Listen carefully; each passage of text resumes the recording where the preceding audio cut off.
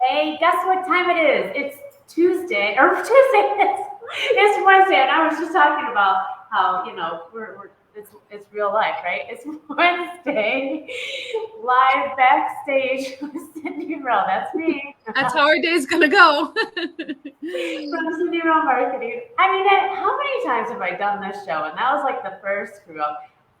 Pat on the back, right? All right. Anyway, I have a special guest today, a friend of mine, Alicia Perez. Welcome. Thank you for being here for my first blooper. Oh my gosh, I'm so excited that you even invited and I get to be part of this and see our bloops. Oh, shoot. It's okay. It's all right. This is who I am. So, Alicia, you run two different businesses. One I knew of before, and then when we started chit-chatting, I don't even know how many years ago that I uncovered that you were in a second business, which was really exciting. So give us a lowdown on what it is you do, what keeps your time occupied, besides being a wonderful mother. Yeah, so that's probably my biggest job as the mom of 5. But my husband and I own a business in Belvedere. It's a neighborhood cleaners. It's a dry cleaner here in town. We opened it 13 and a half years ago. It'll be 14 years. We'll celebrate in February.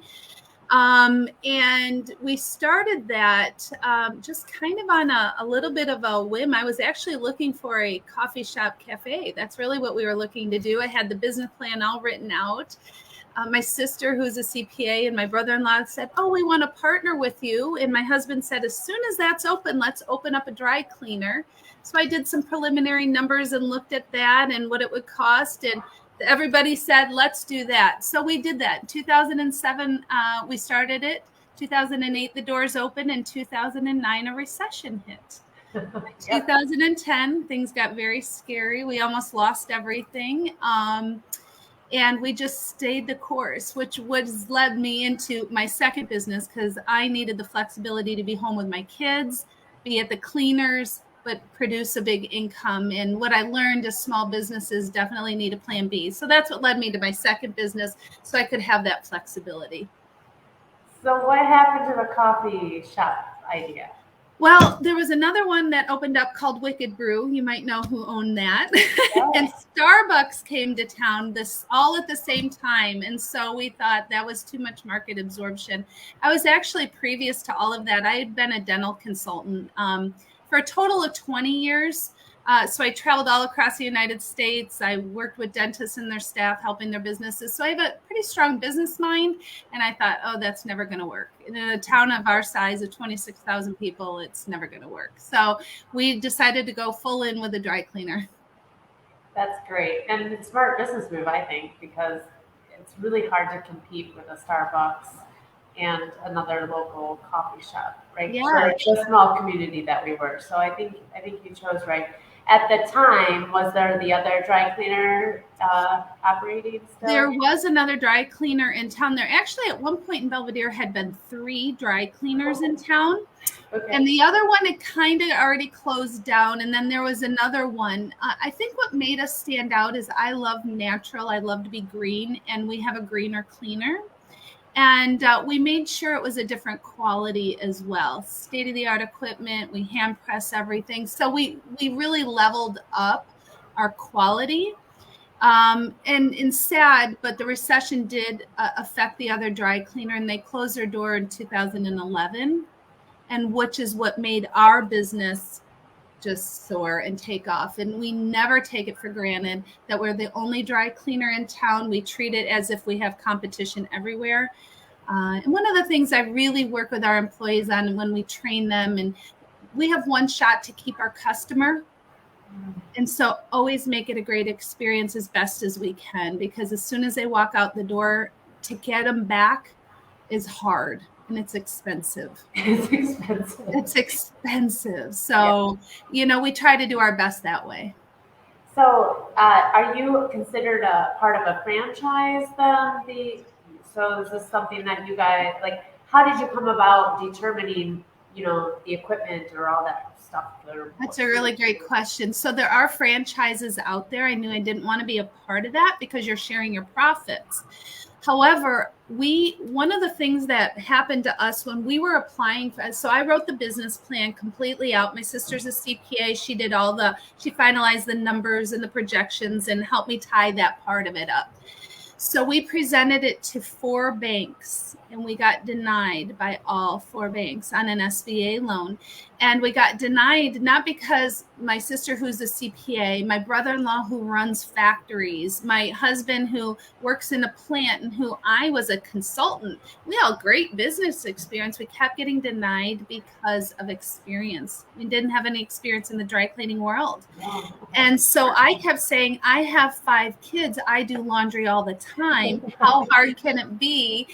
And finally, a bank took a chance on us and gave us the loan.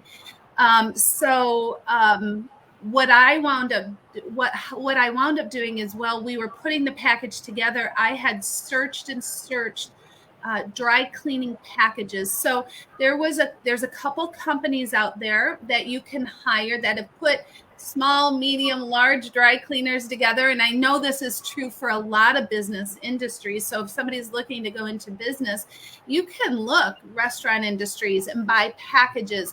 So what they did is we bought the package that we felt was the best for us. And it included equipment and the computers and training and drawings of floor plans and how to set everything up. And he stayed with us the whole time. And I did the complete build out because everybody else was working full time. So I was the one there all the time, sitting on the floor crying when the equipment was delayed, or, anything because nothing goes as planned, right? Right. And so we just stayed the course, and that's why we opened. Our official open date was February 27th, but I can tell you, Cindy, I was sitting on the floor with our consultant. It was a Friday, and I was just exhausted. Knew Monday was our big day. He said, "Don't look now, your first customer is walking in the door." And we weren't even open yet. And so I go, "Tim, I'm not ready." He goes, "Well, you have to be ready." And that customer is still here with us today. Oh, that's so cool. Yeah, it was really, it's been such a great ride. The ups and downs, I would take it any day. That's great. And it's almost like you were forecasting into the future of, going green. Like that was just a personal belief of yours, but now it's such a big thing throughout, the country and the world, like to be focused on being green, doing the right thing, being friendly to the environment and whatnot. So you kind of were like a little bit ahead of thing, right? What was interesting is because I knew, because I have been, so previous to that, I had started going green back in 98. My oldest son was diagnosed with asthma so bad, he was on an inhaler 3 times a day. And I thought, oh my gosh, where does this come from? How come? As moms, don't we do anything for our kids? So I started doing some research, and I read on the American Lung Association page, it says those with asthma and allergies, get rid of those household cleaners. So back in 98, going green was just a color. It wasn't a lifestyle. Right. So I did a lot of research. So I knew, so we had changed over our whole lifestyle starting in 98. So when we were opening up the cleaners, that's what I was Googling or I think it was Google. I was Googling green cleaners, or how to do that. And so that's what prompted it. And you're right. That was so unheard of. And it was almost one of those things where, does that solution really work? Meaning cleaning solution and cleaning clothes well. And as it turns out, it does. But, that was part of it because it was so unfamiliar, as you're talking about. It was, just a color back then, really. It wasn't a lifestyle people have. And now people seek that, Yeah. So do you find people Googling you or Googling green cleaners or stuff to environmentally friendly cleaners? Yeah. That's how they find you? Is that That is definitely one avenue. It's taking you out. Yeah. Yeah, it's definitely one avenue. We recycle hangers. We reuse anything that we can. We provide drop bags so we can try and eliminate as much plastic as we can, you know. I had one in my closet. Yeah, they really work out great. And I will tell you, if you're ever going into an industry, or when I was looking at the dry cleaning industry, I was setting it up. Because when I was consulting, I was wearing suits like you, right? You were a suit girl, right? We went to dry cleaners. Yeah, once upon a time when you were in the corporate world. That's how I was. I was on a plane. And there was certain things about my dry cleaner where I used to live that I loved, that I couldn't find around here. And so when we set up the dry cleaner, I wanted that. I wanted a 24-hour drop box. So if people were heading to the airport early and they wanted to drop, so we have that. So just when it becomes about the customer and convenience, that was a big deal. Yeah. I have a question to ask you. Yeah. A dry cleaning question. Okay. What shirt service? What shirt service? So shirts, I love. So I'm serious. I don't know. So laundered shirt, there's a difference. So people dress shirts, like men's shirts, or the button down, women have them as well, but mainly men's shirts. You can get starch in them, not starch in them. And they get washed, of course. And we scrub the necks because a lot of times there's, some dirt and, all of that. We pay attention to detail. We clean them. We put them on the machine to dry, and then we hand press every shirt. So they come out they're so beautiful. And even on our dry cleaning side, I love our women's or pants in general, but those nice, great creases, if you like creases, and we have great quality. That's great. And so my first, I think, exposure to you was when I was in corporate, and we were at drop-off location or pickup, or you guys just were so customer service friendly that you would pick up at the bank. Yeah. And that was like the best thing ever. And I'm like, I don't have to make a special trip.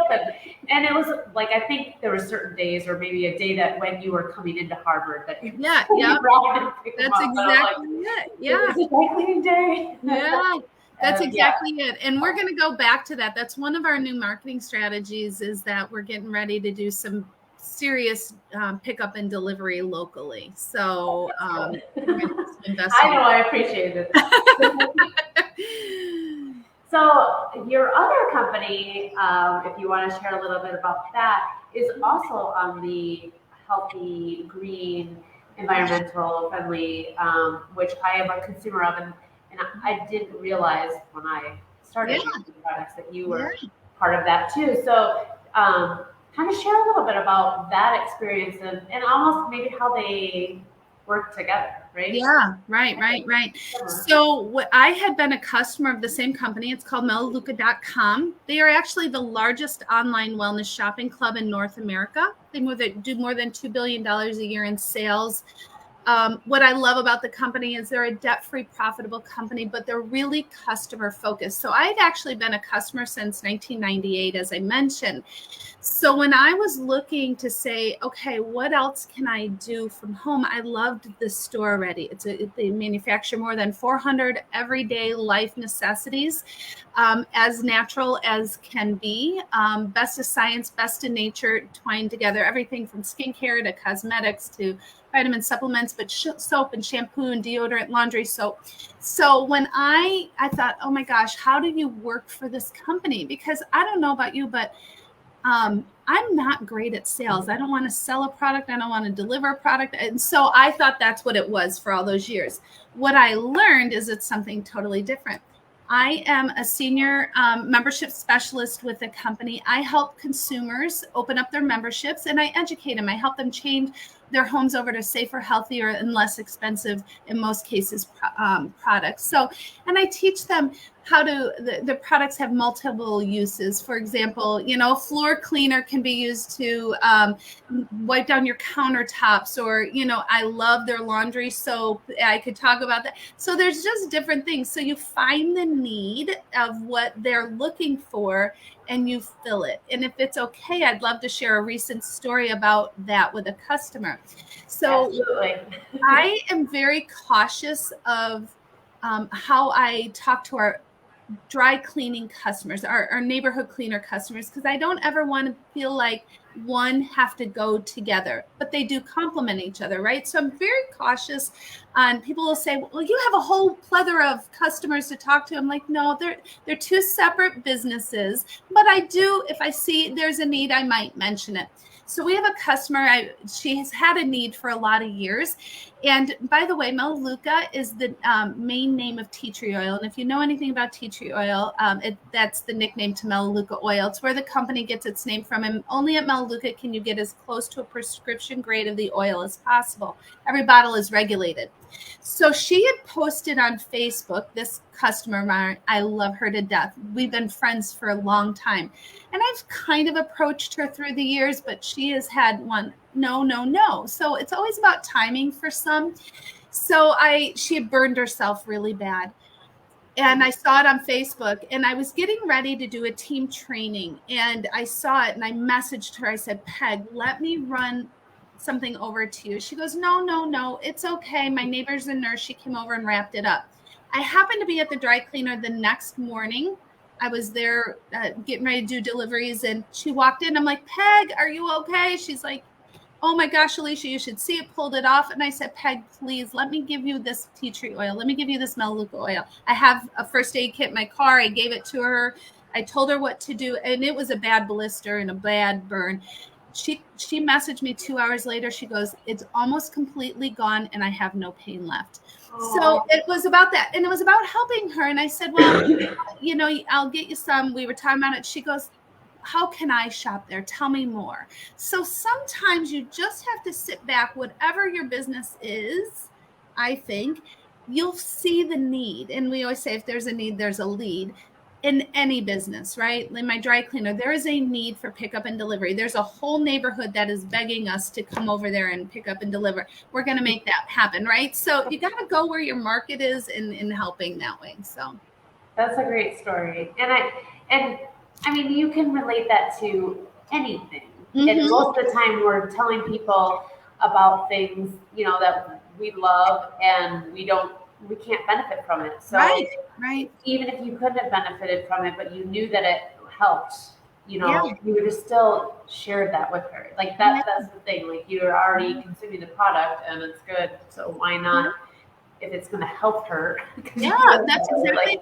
And what I love about that business is that we get to earn what's called residual income. I call it the art of doing something once and get paid over and over again. So Melaleuca does all the customer service side of everything. So when I share that story, and I've shared it with probably 75, 80 people. It's a lot. I have a pretty large team. But when I have shared it with them, I get continual residual income month after month, year after year. And as long as they continue to shop for the rest of my life, I'll get paid.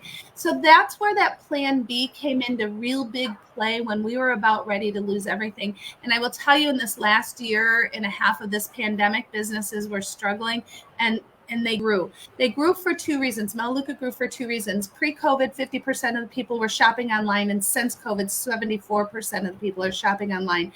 So they've been green long before green was something. And they were ahead of the curve of being online.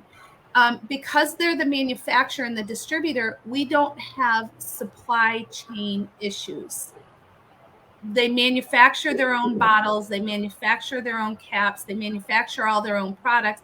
So the born on date is not more than 30 days old. So customers are getting fresh products delivered to their door. So in that sense, it really fit another niche of what consumers were looking for. Yeah. They're a great company. I have to agree. It's my laundry detergent is. It's the best. It's you say it sounds dumb. Before we started. I got my whole thing right behind me. Yep. Yep. I had is that the lip plumper one? No, I don't have the plumper. I will tell you, Sarah tried my lip plumper and she goes, "What's happening to my lips?" It's great. Yeah. So kind of tell me what maybe share a setback that you had with your businesses, whatever, that had nothing to do with COVID and the recession. Yeah. Like, what was another setback that maybe, other businesses might be like, oh, wow, or yeah, I can relate, or Yeah. good to know because how I can prepare. So what's a setback that you? So there's probably two that I could pick out. So let me start first, and this has nothing to do with COVID. Employees are already hard, right? So employees are hard. It's hard to compete with a Chick-fil-A, and we're not high. It's not like we have high skilled jobs, right? So you're going to get what used to be $9, $10, $11 employees. Now it's certainly bigger than that. But finding good employees, and no matter if I was in the dental field or in the dry cleaning field, the number one issue is finding the right people, which is always tricky, but good training. And I have consistently found in any industry, number one reason people leave is lack of training. And I think that was the case, and who we had trained. So we lost some good folks because of that. So employees are always tough and hard to have the benefits. And so what are the benefits in highlighting them? Paid day off, or paid holidays, paid vacation, things like that. We can't do the insurance and the 401ks and all that yet, but some of that. I think another really big issue is from a marketing stance. One of the things that I struggle with my partner, who's my husband and I adore, we're great partners together, is finding the value of marketing and investing in the right marketing and in the right area, and realizing when you don't have all the answers, you have to get the experts to help you. And I think that is, and by the way, that's in every field that I have been in, that is very until you see that. So we go flat. Your business goes flat. You don't grow. And so we were too stable for too long. And then because we had been, we just we've done very well, but we've only done well we leveled. Right. And so really taking that time and investing back in, but I think really it was talking to my partner and saying, all right, we've got to do this. If we're going to do anything more, then that's it. So customers and customer retention. And one of the other thing, and you probably teach a lot of this too in what you do, is you can have a giant funnel and pour all the customers in you want, but if you don't have a stopper on the bottom, they're going to go right out the door. What good is that? So you're spending money for nothing. So those are our biggest challenges, is really employees and making sure it's a great environment. And we have done good at that. I think we can definitely do better. And that's what I'm going to work on in this next year. We've got a really good new team. Not that our old team was bad. I don't want to say that. They were great. But, when some of them didn't come back after COVID and all that. So really making that a great experience, but then reinvesting back into our business to get more customers back in the door. That's our next big goal here. Yeah. Do you, so I know at the very beginning of our conversation, in order to get your loan, you had to have a business plan. Do you still do you update that yearly, or how often? So not nearly enough. And I will tell you, that's another big bump. So I just am sitting down again, and because marketing changes, your market changes, not only your marketing, but your market changes. Right now here in our community, there's a little bit of a growth going on within the community, houses selling, houses being built, things like that. So there's a whole new market to tap into with that. We're so not done. And I talk about doing these deliveries. I have to have a solid plan written out for that, for it to make sense. Right. And so that's what I'm in the process of. So good question. And I regret not revisiting that at the end of a year. How did we do? And redoing that, because if I was in the consulting world, I would tell a dentist that's what we have to do. I don't do it for my own, and that's a neglect of my own business.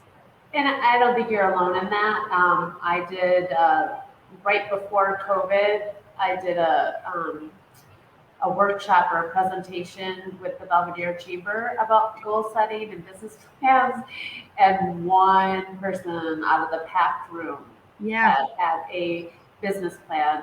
and nobody had a marketing plan, and nobody had a social media marketing plan. So there's actually, 3 different components that you should be thinking about.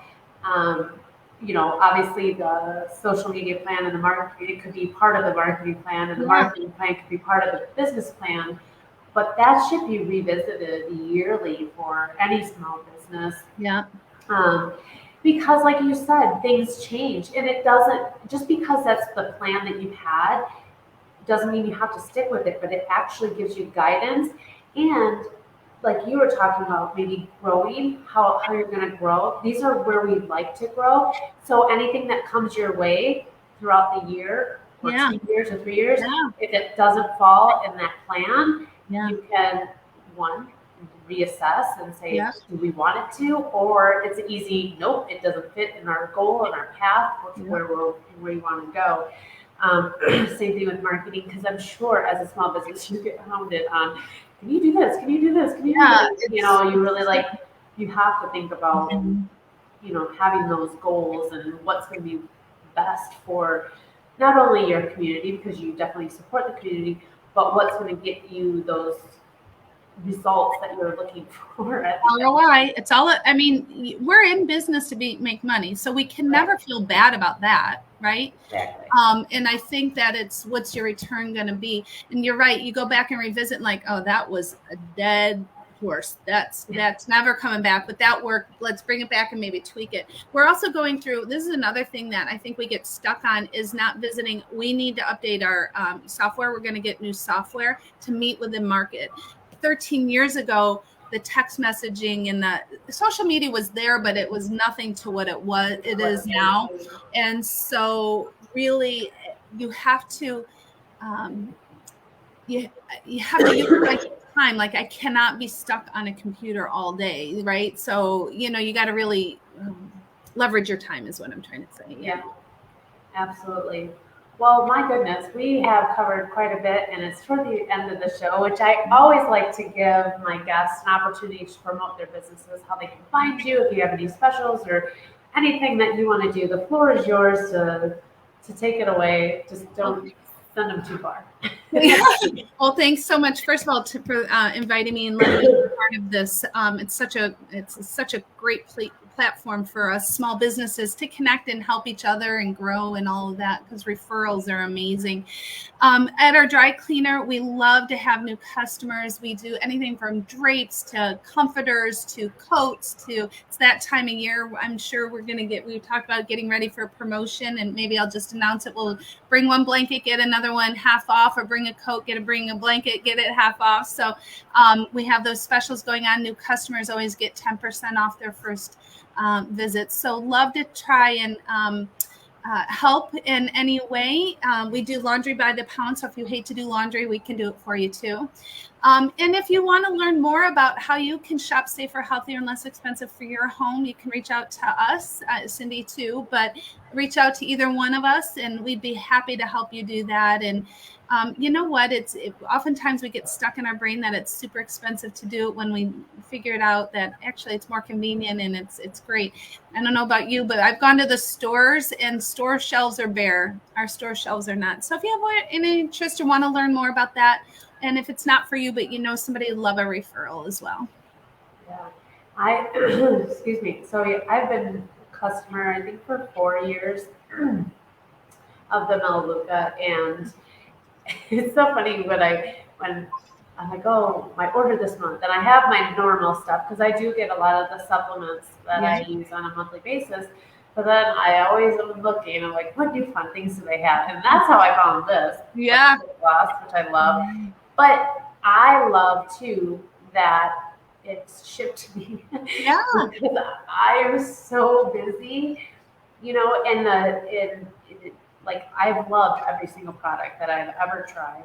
However, I will say there was one vitamin that I had that was not coated, and my throat wouldn't swallow it. And I tried. I was like, you can do it. I've been taking pills, like, I was sick as a child, so I'm used to taking medicine, right? So I'm like, why isn't it going down? And it was horrible. So I actually called customer support, And I will tell They you, answered the phone, right? yeah, they answered the phone, super kind, like, how can we help? And I'm like, I tried like 5 times, 5 different pills, like 5 of these capsules or whatever they are, like, and I can't swallow it, and I feel really bad. But it was a $20 bottle, and which Yeah. is expensive for a month's supply. But I was like, she's like, send it back. We're gonna put a credit on your account. Yeah. But I opened it. She's like, okay. She's like, so then keep it and give it to somebody that may benefit from it, Yeah. and we'll still give you credit. I was like, what? Like, who does that? So honestly, that was above and beyond. And I have had a lot of customer service training. I went to the Disney Institute down in Florida twice, which I know I'm very, very fortunate to do that. So I've learned about the, under promise, over deliver. I've learned about going above and beyond and surprising people. I've learned about giving the people that are answering the phones the opportunity to make that call, right? It probably didn't cost the company much, but if they, were like, oh, sorry, we can't help you, tough luck, don't order it next month. Yeah, I would have been ticked off, and I would, not like they wouldn't have lost me, but I certainly had a little chip on my shoulder, So I was like, this is the best, It's really true, and I love they have a 60-day money back guarantee. Color you bought you didn't like, if you tried their laundry soap, used it all up at the end of 60 days and didn't like it, if you got their granola bars and didn't like it, anything, they'll refund your money, no questions asked. And one of the things that you hit on, which was, I thought, super important, you call their product line and you get a live person. You don't have to press 1 to get to 3, to get to 5, to get to 7, to get to a person, right? Like, they have a time, they have a schedule, they have a clock, they have to answer within a certain amount of time. Or the president of the company, I was literally there and watched him pick up the phone because the wait time was so long. Now, they employ more than 3,000 people. So, and the other thing is that I also love is they are right here in the United States out of Idaho Falls, Idaho, and they have 2 distribution plants, opening up a 3rd. So that's also important, is that they're based here. We don't have the big lags that we're seeing in the real world out there. So Yeah, somebody was just telling me yesterday at the chamber luncheon, and I know we're getting totally off subject, so whatever, people can stick around. But that the world was like, they're going to be short on like green beans and cream mushroom soup and all these stuff for Thanksgiving and holiday dinners, and I was like, already? Like, they already know that. At the store, there's no toilet paper, there's no paper towels, there's no Kleenex. I'm like, I haven't paid attention. I better just start adding one thing more in my cart. There's a true story, and you're right. The supply chain is going to get ugly. What used to be $27 for a box of hangers for us now is $86 a case of hangers, and to get them is gold. Like, to get a box. So David got, they gave him 5 boxes. Usually it's been 1 box a week, and they finally got some. And David's like, just give me however many you can get, because we don't know. It's a scary world out there right now. So I think I don't want to say hoard, but grab 1 or 2 more of everything that you can. Well, it was a great chat with you today. Thank you so much. And I did put the Facebook page on how they can find neighborhood cleaners, and the website was going along. Thank you. But yes, it was a pleasure chatting with you. I wish you all the best in putting together your marketing plan for the new year and seeing the delivery services being rolled out. All right. Well, have a great day. We will see you guys next Wednesday. See everyone. Bye-bye.